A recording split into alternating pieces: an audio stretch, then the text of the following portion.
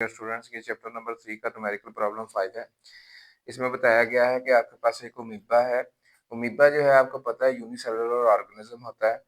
तो इसमें एक टिनी ऑर्फिस होता है जिससे जो है वो लिक्विड जो है यानी वाटर जो है वो अमीबा की बॉडी से बाहर आता है। अच्छा, इसने वो वेलोसिटी भी बता दी कि जिससे इस टिनी ऑर्फिस से जो है वो वाटर बाहर आ रहा है, दैट इज 1 × 10⁻⁴ मीटर पर सेकंड इस वेलोसिटी से। उसने मास रेट भी बता दिया कि कितने केजी पर सेकंड जो है वो यहाँ से जो वाटर है वो बाहर आ रहा है, यानी उसका मास रेट बता दिया। तो मास रेट इसका दिया हुआ है 1 × 10⁻⁻13 केजी पर सेकंड। तो ये मास रेट जो है इस वेलोसिटी से इससे बाहर आ रहा है। तो आपने टॉपिक एक पढ़ा पढ़ा हुआ है जिसमें हमने एक force due to water flow पढ़ी थी। उसका जो फार्मूला था दैट इज mv/t। तो ये mv/t जो थी ये वो फोर्स थी जो इस जो ये जो लिक्विड फ्लो की वजह से जो सराउंडिंग आपके पास यहाँ पे पानी है उसके ऊपर जो फोर्स लगती है, उसी के रिएक्शन में अमीबा के ऊपर जो है वो फोर्स लगेगी। अच्छा, अब ये जो अमीबा के ऊपर जो फोर्स लगेगी that is thrust on the amoeba. So amoeba के ऊपर जो फोर्स लगेगी वो हमने ये mv/t यानी ये हमारे पास m/t भी मौजूद है 1 × 10⁻⁻13 और इसकी वेलोसिटी जो है 1 × 10⁻⁴ मीटर पर सेकंड ये भी मालूम है। सो यहाँ से हम इसको मल्टीप्लाई करेंगे तो आपके पास आंसर आ जाएगा 1 × 10⁻⁻17 न्यूटन। ये वो फोर्स है जो इसको इसको थ्रस्ट प्रोवाइड कर रही है अमीबा को।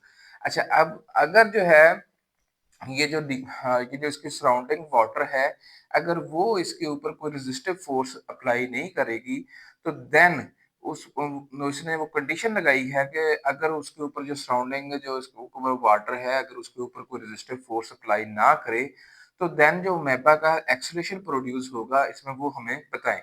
अच्छा, अब इस अमीबा के ऊपर लगने वाली जो थ्रस्ट है, वो हमने फाइंड कर ली। अच्छा, अब अमीबा का मास हमें पता है। सो ये जो थ्रस्ट ऑन द अमीबा है, ठीक है, ये इज इक्वल टू होगी मास ऑफ द अमीबा। ये मास ऑफ द अमीबा को हमने कैपिटल एम से रिप्रेजेंट किया है और इसमें जो एक्सेलरेशन प्रोड्यूस किया होगा ये आपके पास स्मॉल एम। ये जो एक्सेलरेशन है ये हमने फाइंड करना है।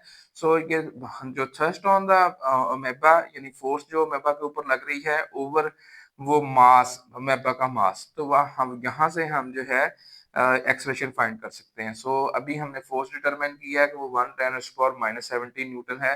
तो 1 × 10⁻⁻17 न्यूटन ये वो फोर्स है और ये वो 1 × 10⁻12 केजी की ओमेगा का मास है। तो हम इसको जब डिवाइड करेंगे आपके पास 1 × 10⁻⁵ मीटर पर सेकंड स्क्वायर ये एक्सलेशन आएगा जो ओमेगा में प्रोड्यूस होगा, लेकिन प्रैक्टिकली जो है ये नहीं होगा। अच्छा, अब क्योंकि प्रैक्टिकली जो है ये जो आपके पास जो इसके सराउंडिंग में वाटर है वो इसके ऊपर जो है वो भी आपको पता है कि जब भी कोई जो मास जब किसी लिक्विड में से मूव कर रहा होता है तो उसके ऊपर जो है वो ड्रैग फोर्स लगती है। अब ये जो इसके ऊपर ड्रैग फोर्स लग रही है अच्छा, ये किसी फ्लूइड में से किसी जिस्म के गुजरने पे जो ड्रैग फोर्स लग रही है, ये जो ड्रैग फोर्स है ये इस थ्रस्ट के क्या होगी, इक्वल होगी। कब? जब उस वो ये कंडीशन बता रहा है in case amoeba moves with the constant velocity. ये क्वेश्चन में ये कंडीशन दी हुई है कि अगर अमीबा जो है वो इस लिक्विड में या पानी में यानी कांस्टेंट वेलोसिटी से मूव करे तो फिर जो उसके ऊपर लगने वाली रेजिस्टिव फोर्स है, ड्रैग फोर्स है, वो बताइए कितनी होगी। अब देखें कि इसके ऊपर जो थ्रस्ट लग रही थी आगे को, ठीक है, वो हमने फाइंड कर ली थी कि वो इतनी है।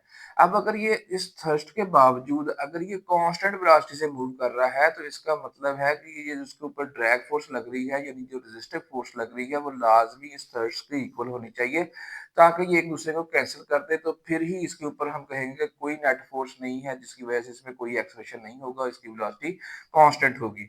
सो इसने जो रेजिस्टिव फोर्स पूछी है बाय द सराउंडिंग फ्लूइड जो इसके ऊपर लग रही है वो must be equal to the ये जो इसके ऊपर अमीबा के ऊपर थ्रस्ट प्रोड्यूस हो रही है इस ऑरिफिस से पानी जो है लिक्विड जो है वो बाहर निकलने की वजह से जो इसको थ्रस्ट मिल रही है वो थ्रस्ट जो है वो भी कैंसिल हो जाएगी जो इसके ऊपर ड्रैग फोर्स लग रही है उसकी वजह से और ये कांस्टेंट वेलोसिटी से मूव करेगा।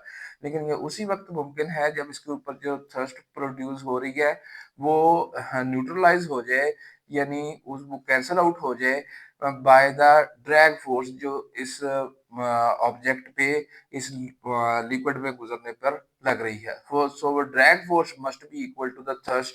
सो हमने कह दिया कि ये जो ड्रैग फोर्स जो सराउंडिंग फ्लूइड की वजह से इसके ऊपर लग रही है वो must be equal to the जो इसमें थ्रस्ट थी that is 1 10 to the -17 newton. Hopefully answer the question.